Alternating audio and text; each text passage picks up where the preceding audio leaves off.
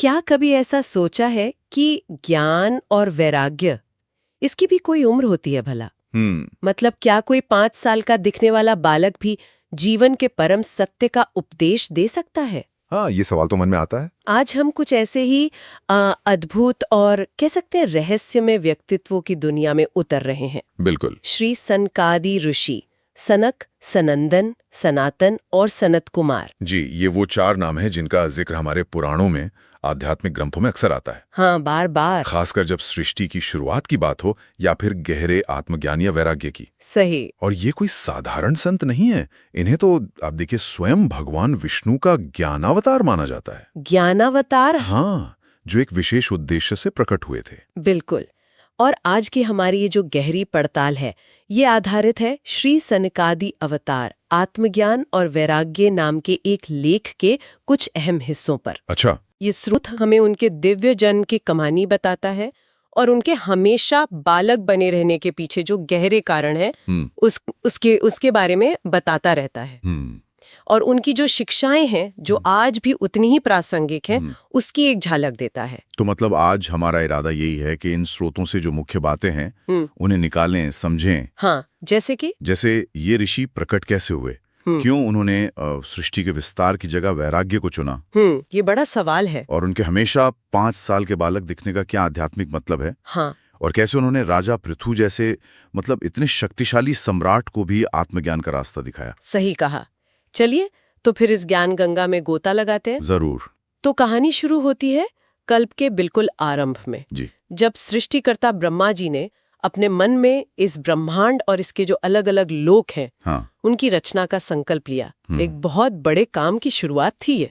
बिल्कुल, एक विराट कार्य। और इस विशाल संकल्प को पूरा करने के लिए, जैसा कि ग्रंथ बताते हैं, ब्रह्मा जी ने बहुत ही कठोर और लंबी तपस्या की।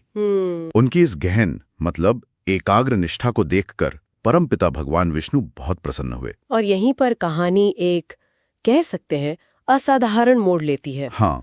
भगवान विष्णु ने स्वयं अपनी एक विशेष शक्ति के साथ अवतार लेने का फैसला किया। अच्छा। लेख के मुताबिक वे सन नाम की एक विशुद्ध तप शक्ति से युक्त होकर। सन नाम की शक्ति? हाँ, सन। उसी शक्ति से युक्त होकर एक साथ 4 दिव्य बालकों के रूप में ब्रह्मा जी के सामने प्रकट हुए। एक साथ 4? एक साथ 4। यही थे सनक, सनंदन, सनातन और सनत कुमार। अच्छा, यहाँ ये समझना जरूरी है कि उनका ये अवतार हुआ क्यों। बिल्कुल। ये कोई सामान्य घटना तो थी नहीं। स्रोत इस बात पे जोर देता है कि उनका मुख्य उद्देश्य था सृष्टि के उस पहले कल्प में, जब आत्मज्ञान मतलब सेल्फ नॉलेज की जो धारा थी वो कहीं कमजोर पड़ गई थी। अच्छा। उसे फिर से स्थापित करना, उसे जगाना। वो स्वयं भगवान के साकार ज्ञान स्वरूप थे।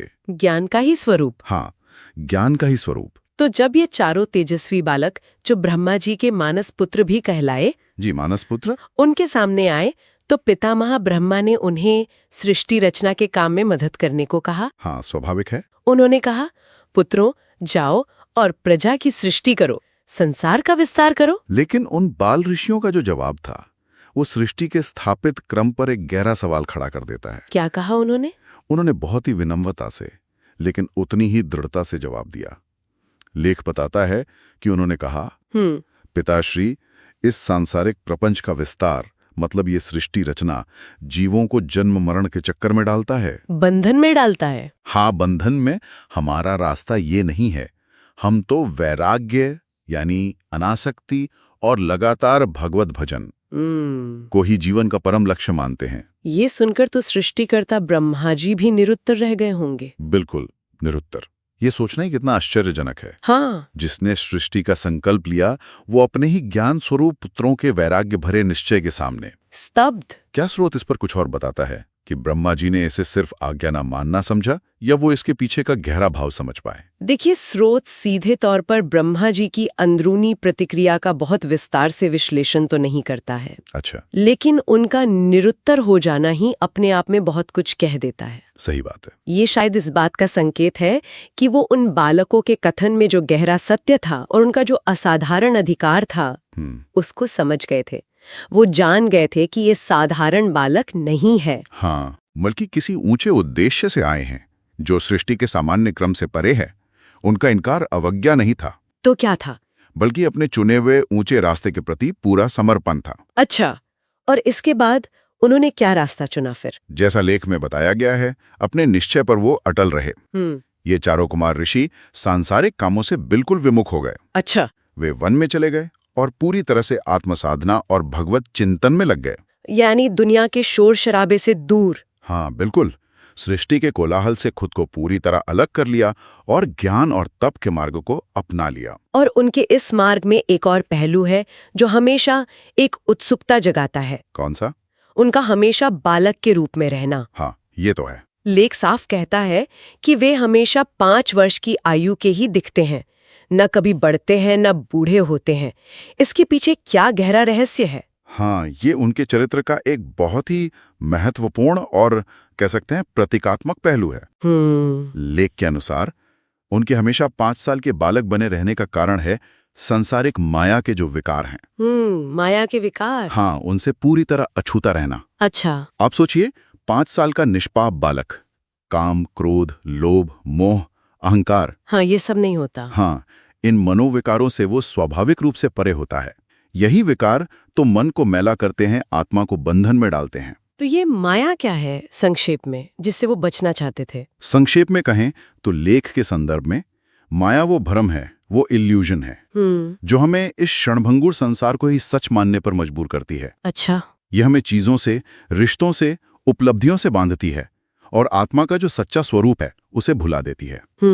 बाल स्वरूप में रहकर सनकादि ऋषि इस माया के असर से स्वाभाविक रूप से सुरक्षित थे। अच्छा, तो ये एक तरह का सुरक्षा कवच था। हाँ बिल्कुल, जिससे उनका मन हमेशा निर्मल रहे, परमात्मा में स्थिर रह सके। ये उनके अखंड तप और ब्रह्मचार्य के लिए एक कवच जैसा था। इसका मतलब ये हुआ कि उनका बाल रूप सिर्फ एक बाहरी शारीरिक अवस्था नहीं थी। नहीं, बिल्कुल नहीं, बल्कि उनकी आंतरिक आध्यात्मिक स्थिति का प्रतिबिंब था। बिल्कुल सही कहा आपने। वे सदा अपने ब्रह्म स्वरूप में लीन रहते थे। ब्रह्म स्वरूप में लीन? हाँ, यानी अपने उस सच्चे स्वरूप में स्थित थे जो परब्रह्म परमात्मा से अलग नहीं है, अभिन्न है। वे जीवन मुक्त थे, मतलब शरीर में रहते हुए भी संसार के बंधनों से पूरी तरह आजाद थे। जीवन मुक्त? जी। लेख में उन्हें अखंड ऊर्ध्वरेता ब्रह्मचारी भी कहा गया है। ऊर्ध्वरेता ब्रह्मचारी, ये शब्द थोड़ा गूढ़ लगता है। इसका क्या विशेष मतलब है? देखिए, ऊर्ध्वरेता का शाब्दिक अर्थ है जिसकी ऊर्जा, जिसकी शक्ति ऊपर की ओर बहती हो। ऊपर की ओर? हाँ, सामान्य मनुष्य की जो जीवन ऊर्जा है, जिसे प्राण शक्ति कहते हैं, वो अक्सर इंद्रिय सुखों में, सांसारिक इच्छाओं में नीचे की ओर बहकर बेकार हो जाती है। लेकिन अखंड ऊर्ध्वरेता ब्रह्मचारी वो होता है जिसने अपनी सारी प्राण शक्ति को पूरे संयम से ऊर्ध्वगामी बना लिया हो। मतलब उसे आत्म साक्षात्कार और आध्यात्मिक उन्नति की दिशा में मोड़ दिया हो। अच्छा। ये सिर्फ शारीरिक संयम नहीं है, ये मानसिक, वाचिक और आध्यात्मिक ऊर्जा का पूरा नियंत्रण और ऊर्ध्वगमन है। सनक आदि ऋषियों का बाल स्वरूप इसी अवस्था का प्रतीक था। पूरी निर्मलता, पूरा संयम और ऊर्जा का लगातार परमात्मा की ओर बहना। तो ये साफ है कि उनका जीवन सिर्फ किताबी ज्ञान का प्रदर्शन नहीं था। निश्चित रूप से नहीं।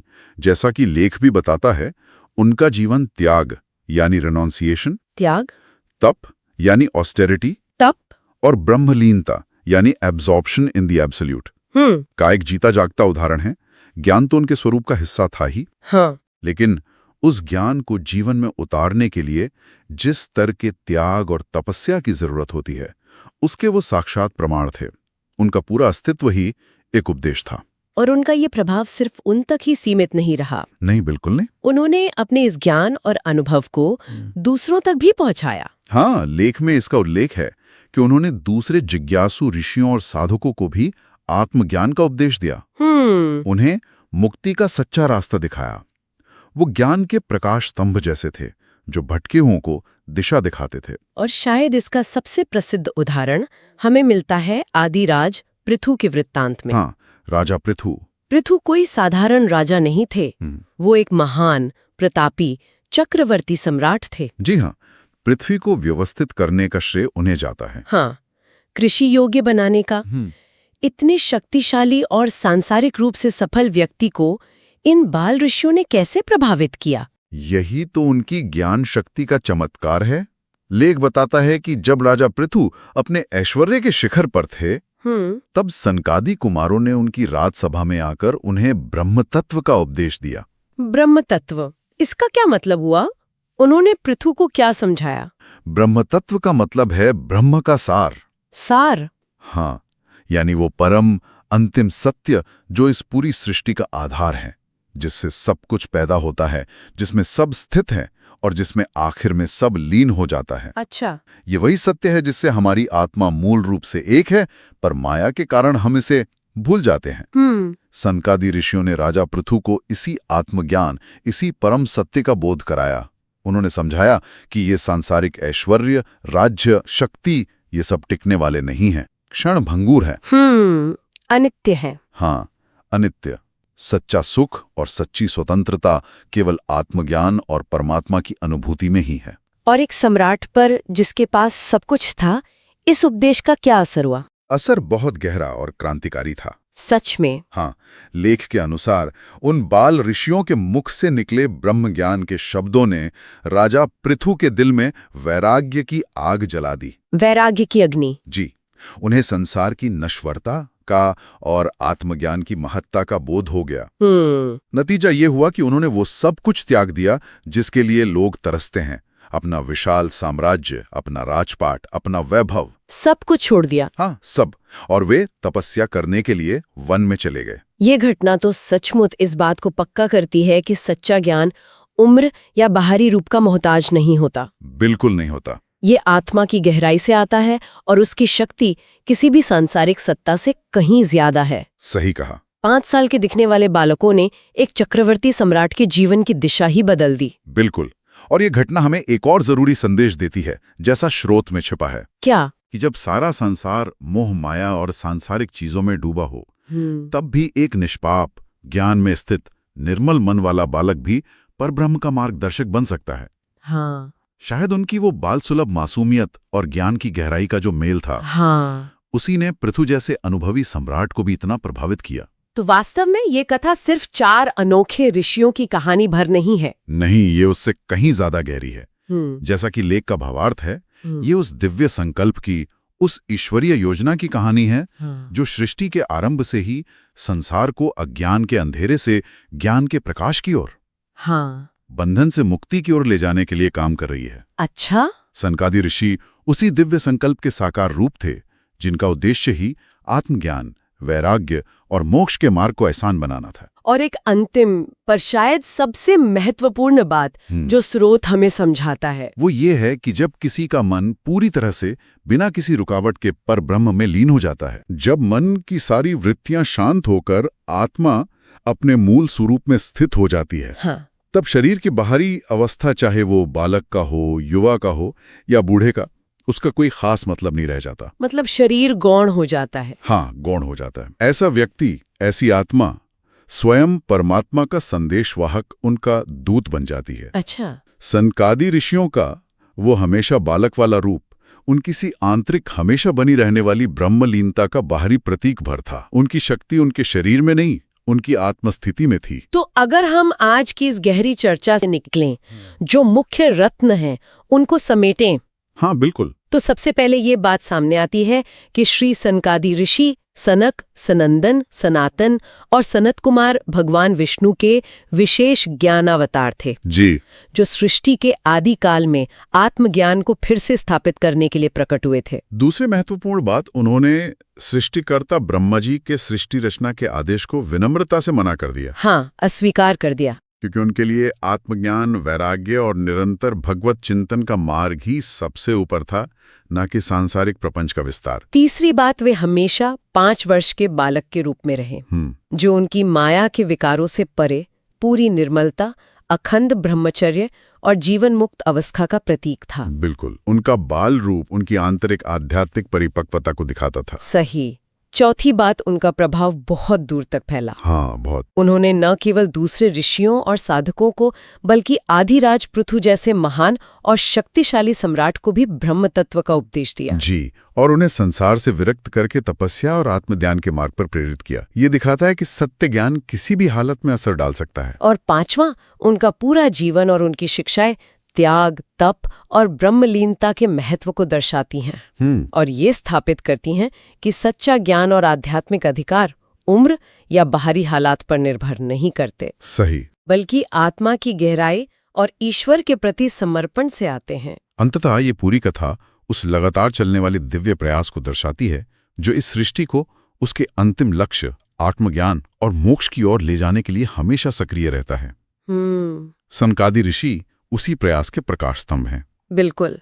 तो आज की इस विचार जगाने वाली चर्चा के अंत में हम अपने श्रोताओं के लिए एक प्रश्न छोड़ना चाहेंगे। जरूर। आज की इस तेज रफ्तार, भाग-दौड़ भरी और अक्सर भौतिक लक्ष्यों पर टिकी हुई जिंदगी में इन बाल ऋषियों का वैराग्य, अनासक्ति और आत्मज्ञान पर इतना गहरा जोर, ये हमें क्या सोचने पर मजबूर करता है? सोचने वाली बात है। क्या हमें भी अपने जीवन में पल भर रुक कर ये विचार करना चाहिए कि हम किसके पीछे भाग रहे हैं? और क्या सांसारिक जिम्मेदारियों और रिश्तों के बीच रहते हुए भी आंतरिक शांति, थोड़ी अनासक्ति और सच्चे ज्ञान की ओर बढ़ना संभव है? ये एक बड़ा सवाल है। जैसा कि सनकादि ऋषियों ने अपने चरम उदाहरण से दिखाया, भले ही उनका मार्ग बहुत विरक्त और अनुसरण करने में कठिन हो, इस पर जरूर मनन कीजिएगा।